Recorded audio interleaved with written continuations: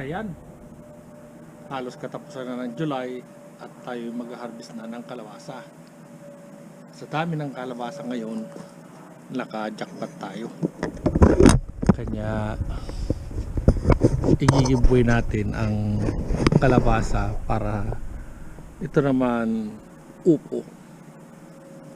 Ayan, kasi namumunga na sila at kailangan na nating patayin o anihin ang madaming kalabasa. Okay, ang ganda. Hopefully magulang na sila kasi hindi ako marunong kung magulang na, basta pwede nang ulamin, magulang na. Yan.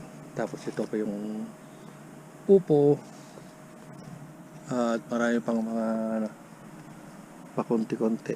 Hindi ko nakita to Diyan ka. Ayan.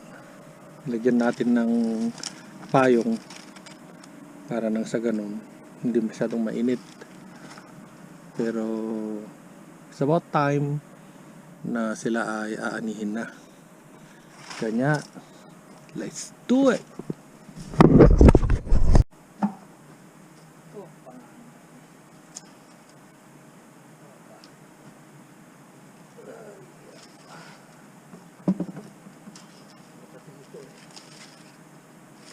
Mag-aalam tayo.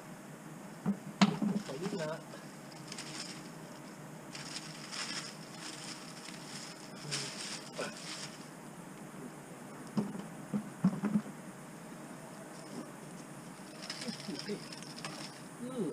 Laki oh. Pinakamalaki so far ang ating ani. Aha. Kilo kaya ata to. Nakilnat na kalabasa. Ito ang breaking the record ko. Isang puno, 5.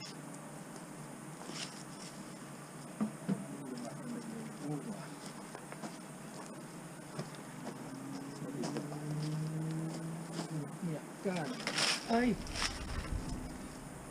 Nabulok na Talagang tulog na. May spider.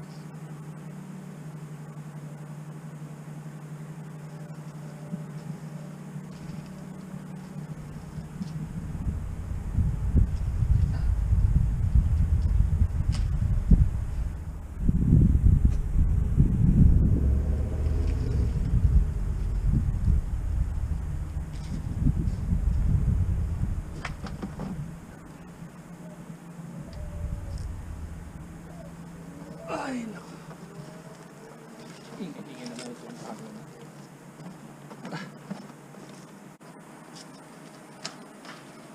Laki din ito. Singlaki ng aking mukha. Yan ba't makapanto? Oh.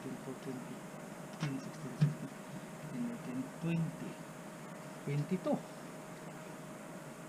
Hay! 22 anyos na ako. Yan. Ang pinaghirapan natin ng 4 months. Tapos, babarating ka lang. Ipadawak ko lang. Oh! Ano yan? Kala ko eagle na naman. Ayan. Uy! Hahaha! Ayan. Nakilnat nga karabasa. Papsi Garden.